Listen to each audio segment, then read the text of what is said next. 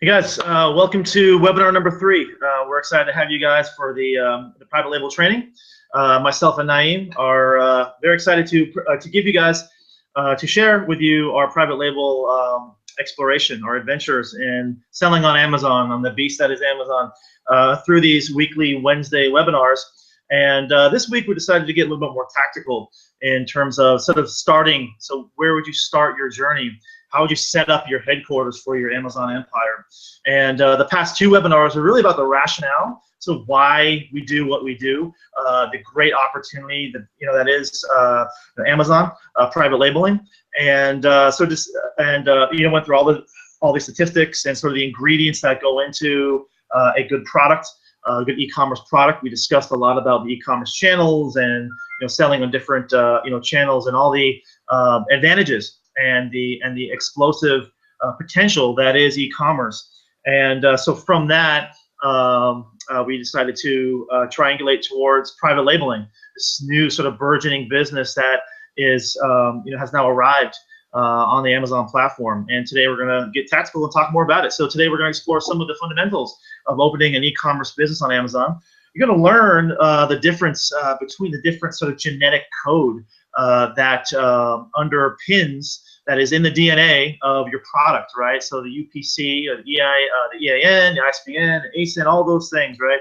And figure out what those are. We're going to detail that today in this webinar. You also discover how you can't just sort of simply start selling a product as you do on Craigslist or eBay. There are certain products or certain categories that you have to be approved, or what's called ungated, to sell. And so we're going to discuss what they are. If there are some products that you'll learn today that you have interest in. For example, I have an interest in collecting coins, and I have an extensive coin collection. And if that's something that I wanted to start to sell on the Amazon platform, I'm going to have to become ungated.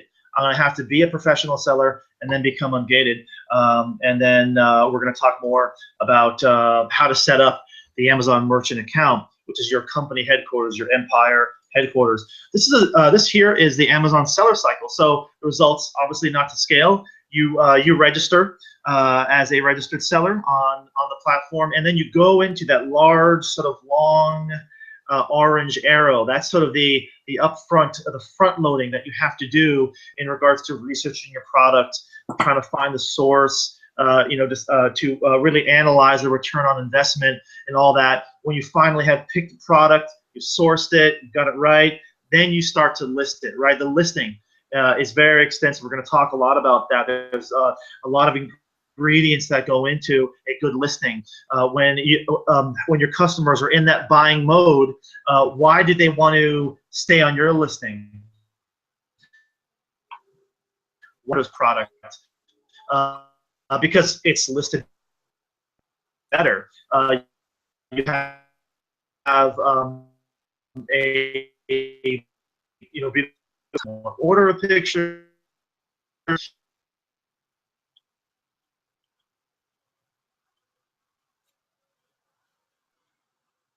Hey, Robin, are you still there? You're kind of breaking up a little bit. And hey, Robin, you're breaking up. All an idea that will trigger. Is that better now? Yeah, I think so. Okay. So yeah, with that, then we go ahead and start to sell, and then we sell on the platform, and then the Amazon FBA will ship, and then you get paid. So this cycle is sort of an iterative cycle that just kind of will go on itself. It's sort of that flywheel effect, right? You put you front load all that initial effort, and then that flywheel starts to go, and you get more popular, more reviews, and more sales, and sales build upon rankings, and rankings get higher and higher, and then it kind of goes, and then you can search, and all you have to do at that point is to sort of check your inventory and refresh your stock. But we'll walk you through all that, of course, in gory detail, but just kind of give you an idea of how it works. There are two ways you can go. You can go through the professional path or the individual path. If you're looking at just selling a couple things around the house, some books, some DVDs, or something, whatever, so, things like that, you may want to consider an individual account. It's kind of like an eBay on Amazon, right? You get charged per item and referral fees and some closing costs with that. But it's a good way to kind of get your toe in the water and kind of test how it is to be an e-commerce seller. If you really want to take advantage of all the third-party software and marketing and automation really help your sales and drive your sales, especially as you grow your company, you want to go ahead and get started with the professional account. It's $40 a month, and will give you the ability to be ungated in all the categories that Amazon has. For example, again, if I want to sell coins on Amazon, I'd have to be a professional seller to then apply for ungating to then sell these coins. So just a quick comment here, guys. The individual plan that Robin is talking about, this is basically just your standard Amazon account that most people have. This is the account that you do your shopping on and stuff like that. That account is an individual account that you can actually sell on, which many people don't know about. And that's good, like Robin said, to get started. But when you get serious, then you want to jump over to the professional account. Excellent. Thank you, Dan. And here's some of the the pros and cons versus the professional and the individual. And one of the good things is promotion. When you're promoting your product, that is a key ingredient when you get started, because when you have a product, you want to run a promotion in order that you can get good reviews, right? Get good, fair reviews, of course, right? So you may have a product that you want to sell for $20. You run a promotion, 100 of these products you want to sell for $1 in exchange for an honest review, right? And so the people, your customers would buy the product, one each, and you can calibrate your promotion to make sure, and we'll definitely go through that, how your customer, one customer can buy one of your product, receive it, and give you a review, because reviews will drive your rank, and we'll talk all about that. But you have to be a professional seller to take advantage of the promotions. So again, if you want to be involved in all the categories, right, you're going to have to be a professional seller, and I'll give you access to all of the categories. If you want to restrict yourself to these right here, office products, personal computers, sports, toys and games, books, of course, you can go ahead and sell that immediately. You don't need to be ungated, and you can use your individual account to go ahead and do that. But again, you want to get that professional account in order to go ahead and get the clearance in these gated categories and take advantage of all the tools in order to leverage your listing and drive your sales. And so here we have the coins, the books, the fine art, the watches, the sports collectibles, these things. Grocery, that's a big item that is burgeoning on Amazon. It's a market that is growing day by day, and with the advent pretty soon of the Amazon drones, the drones are upon us. Big Brother is already upon us, right? You'll be getting frozen turkey for your Thanksgiving dinner in an hour through a drone, right? So a lot of people are taking advantage of that, and I wonder if it's halal though, Robin. Yeah, right, halal, right? Yeah, and that's right, and that makes a great point, right? I mean, a lot of our viewers are Muslim, and they're part of the Muslim, sellers group, and they may want to consider getting into halal grocery items. That's an excellent, private label opportunity, or not private label, but an opportunity to get into that. And there are people who have done this full time, but you have to be ungated, right? You have to show Amazon that you can buy in bulk, and that you have certain suppliers, and show the receipts. It's not a difficult process, and we will go through. We'll have a webinar on that. It's actually quite simple, but it is there is a protocol that you have to follow. When we talk about private labeling, now getting real tactical here, really there are 6 things that are sort of the underpinnings, the pillars of a good private label product. The sweet spot is sold on Amazon between $15 and $45. So it's kind of within the reach of about 90% of your customers that are on Amazon. They're there to buy, and they want to buy, and they're motivated. If there's an item that's selling for $200 or $300, maybe it's a stereo equipment or something like that. That's really a specialty item product, and that's probably not something that you'd want to go into private labeling because it's a large object, right? It costs a lot to ship, right? So we want it to be lightweight and small, maybe fits in a shoebox would be a good sort of index, and that this product, a similar product, is selling at $10 at least 10 per day, right? You don't want to have this great product that you think is great. Hey, it's priced at a great price point, it's lightweight, but it sells once every 6 months. That's a fail then, right? That's not a product you want to explore. And there's software and there's tracking and there's tools that we'll discuss that will help you understand, hey, does this product sell at 10 per day? What are the reviews and all that kind of stuff? And there's a host of tools we'll talk about that.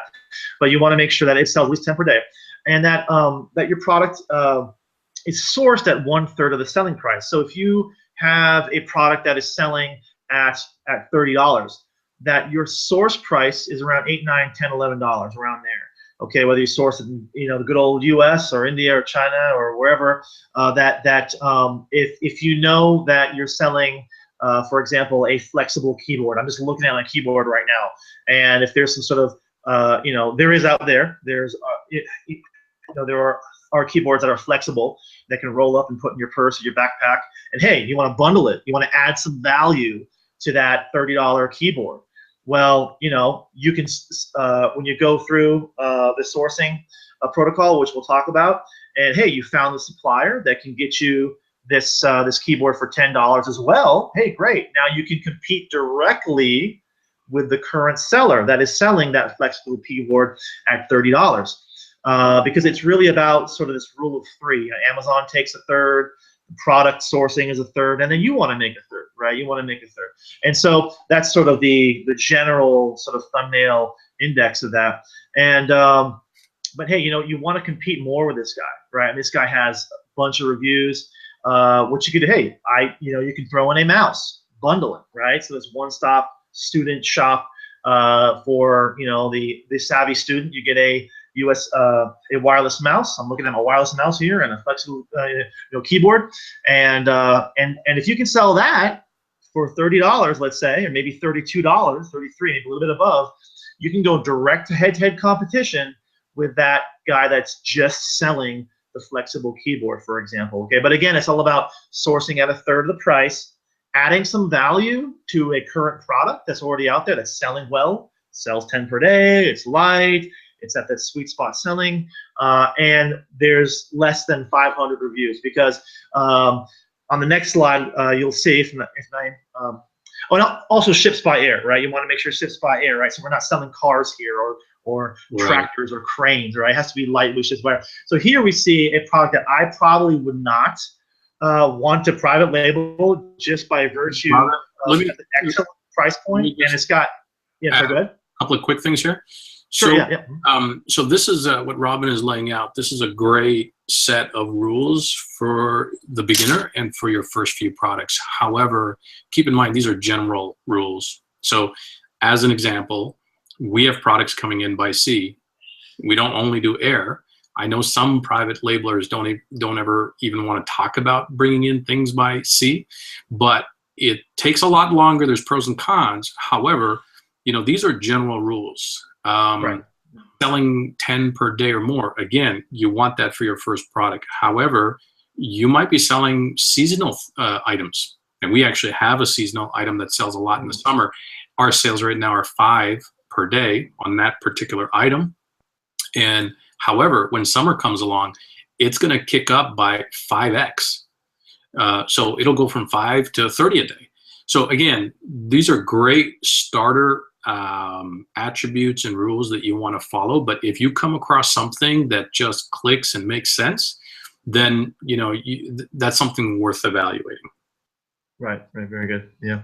And right. So on that note, this here is a great product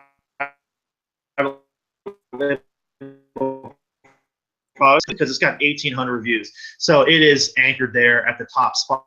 Now I could probably corner my way up, adding some value to it, maybe some chrome trim. Maybe I find a supplier that can make the same thing and maybe put some chrome trim or some chrome features on the front, or heck, maybe I can find a supplier that can also include the makeup with this case. And if I can source the makeup and the kit for $6, $7, the same exact product or similar, I could sell it for, times 3, 18, 19, $20. I can go head to head directly with this guy. I've added value. So even if I'm, second spot, third spot, fourth spot, but visible, be a product, you may want to go ahead and do that. If you can add enough value and it's at the similar price point, maybe a little bit higher, that people say, hey, this is a bundle again. It's that bundle effect. It's that added value effect that you can private label. Now, I don't know. I would probably guess it's very hard to find makeup and the kit I think for less, $6, $7. If I can jump in, Robin. Yeah, sure. I think on this product, you're right. You probably could do some strategy or maneuvering, but I would say that that's definitely not an entry seller recommendation, right? Because that's $1,700. It's going to be really tough. Yeah. Now, if you're a private labeler who's been at it for 6 months, you've rolled out 5, 6 products, you know what you're doing. Yeah, you might want to think about getting into his space. And then you also need to see, how is the rest of the competitive landscape looking like? Are the other next 5 competitors also sitting with thousands of reviews? Right. If that's the case, that's pretty saturated, and you probably want to stay far away from that.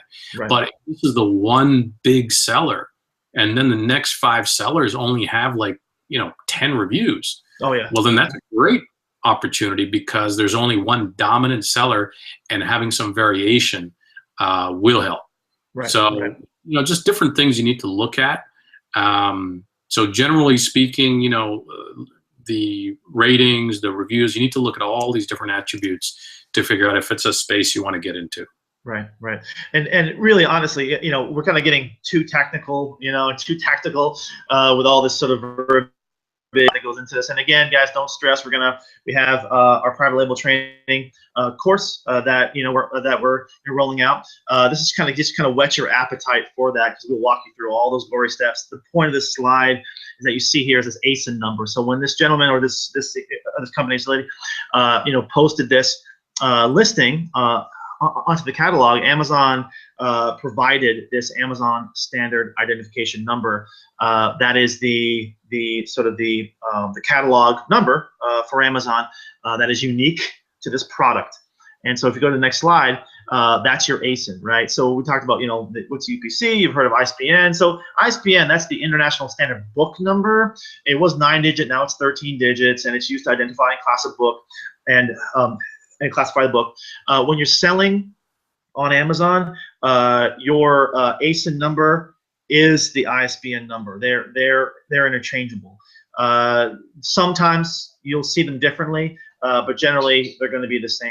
What you will need, if you're a private labeler book person selling books, that means you're an author. So that's your thing, and that's actually a space that more and more people are getting into. If you're good at babysitting, you have some techniques for babysitting, or fixing your sink, how-to guide, right? You can write a quick Kindle ebook and put that on there, and you can sell. But each item is going to have a UPC number if you are a private label. So the UPC code is a 12-digit number that is used on merchandise and stores and other businesses, which encodes the price of articles so that the price is readable when it's scanned. Okay, and your item is going to have this. Now you're trying to go back one. Is going to need this UPC. It's this one at the bottom, and it guarantees that any retailer can scan it, your book or your item, so it's really important to have that. When you have your flexible keyboard with the bundle with the mouse, right? It's important to have a UPC sticker. If your supplier can put that sticker on for you, that's better. Otherwise, if he or she, if your supplier can't do that, you're going to have some prep service or yourself do that for all that 500 or 1,000 or whatever you order. Now, how do you get a UPC number? You can get that off eBay. You can, $1 or $2. You can buy an official sanctioned UPC code for your product, and you get a pack of 100 or 1,000 for a couple bucks. Now that will allow you to sell in Amazon.com and Amazon.ca anywhere in North America, excluding Mexico. Mexico is a big market, a big burgeoning market that Amazon is heavily investing resources to expand into. But you will need a European article number if you want to sell in England. .co.uk or in .com.mx, you're going to have to get this EAN number, and you can export that, and we could probably talk about that in another webinar, because that's something that I really feel that private labelers should also get into European and Mexican markets. So here, that is the sort of the lifeblood of your description of your reference, is that ASIN number here. The product details, you can see here, the dimensions, the ASIN number, and the reviews and all that. That's going to be important information that's going to be listed with your product. So those are sort of the language. And I'll pass the mic to my partner, Naeem, who will talk more about the general sort of ROI, return on investment of a product. In this case, this acrylic jewelry display box, Naeem. All right, thanks, Robin. So I'm going to talk about how to evaluate and calculate your margins using the Amazon revenue calculator. The link that you see at the top of this slide is what you want to save. That's where it's available to anybody. And so let's talk about this for a few minutes, and then we're going to recap and go ahead and close out the webinar. So once you go to that link, you're going to be presented with a calculator page that looks something like this. So let's go over this. You essentially have two columns of data, or two different calculations that can be made. The first column is called your fulfillment, and the second one is Amazon fulfillment. And you can probably guess your fulfillment means that you are going to be fulfilling this order. So when this item is sold, you are going to pack it, prep it, ship it directly to the customer. Amazon fulfillment means that Amazon will take care of all of that supply chain for you. So essentially, you would ship the product to Amazon, and then once an order is placed, Amazon would then take care of it. And that's referred to FBA, or fulfillment by Amazon. So most of our course is around FBA. You can certainly do merchant, but we're focused on FBA because it's a cost-effective way that you don't have to run a warehouse. You can just ship all your stuff to Amazon and then let them take care of all that. It's a big headache that you don't need to worry about. So let's see how this calculator is going to work. So let's assume that we're going to source this particular product, and we want to try to get a little competitive with this. We see that it's being sold by this guy, IKEA Design, for $18.29. So we want to see, okay, what happens if we undersell him a little bit at $16.99 with our own product that's very similar, but maybe we throw in some extra goodies in there, like Robin said. So essentially what we would do is, under the column Amazon fulfillment, list the item price at $16.99. Then if you look down, you have two more fields that you need to fill out. The first one is inbound shipping. This is the cost of what it's going to cost you to send this product to Amazon. A general rule of thumb that some sellers use is 50 cents per pound. To be honest, I actually leave this blank because I'm pretty conservative, and I will estimate more conservatively just to make sure that my margins are in there. So I don't want to be counting pennies. I leave it blank, but if you want, you can calculate the weight of that and how much each one weighs, and then put in 50 cents per pound. Prep service is how much it's going to cost you to package and prepare the package for each product. You have to put on the UPC code, et cetera, et cetera. And some people put $1 per product. So for example, if I was shipping 50 of these to Amazon, I would put $1 right there for each. But cumulatively, I would add that $50 up.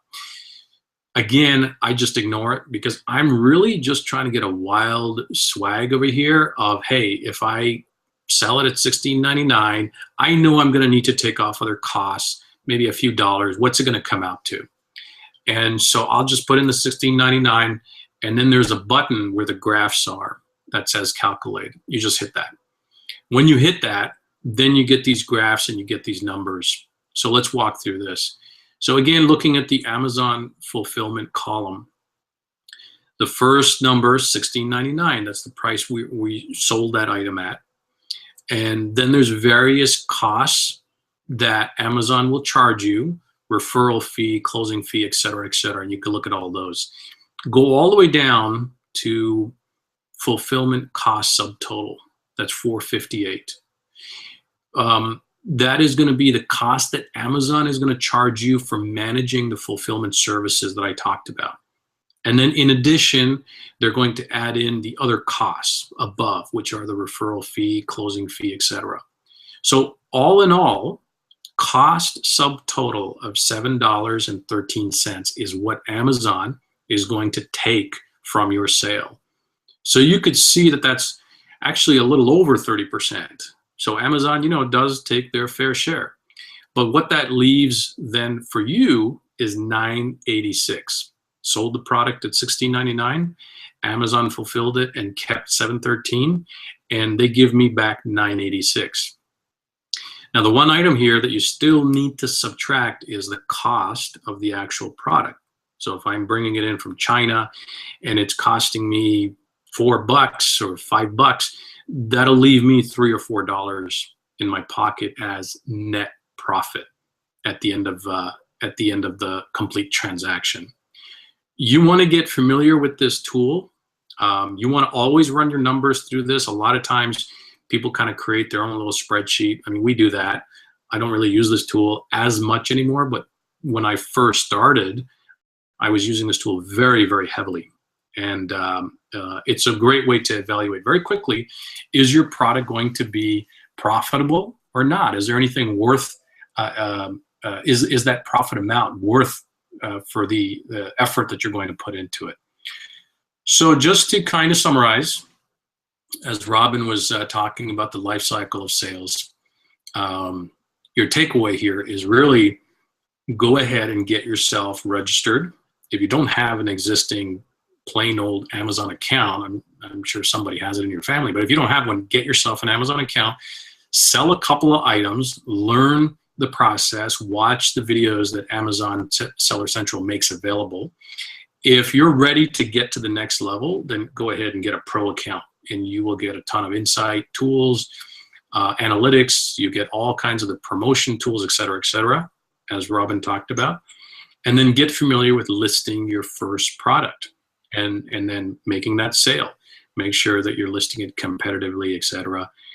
Get familiar with FBA, maybe even merchant fulfill, and then get paid.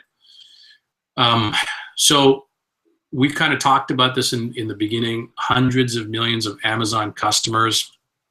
I seem to remember a number like $80 billion coming up this holiday season in e-commerce sales. So the opportunity is, again, just absolutely amazing. It truly is a wave and a good time to be getting in to build your empire.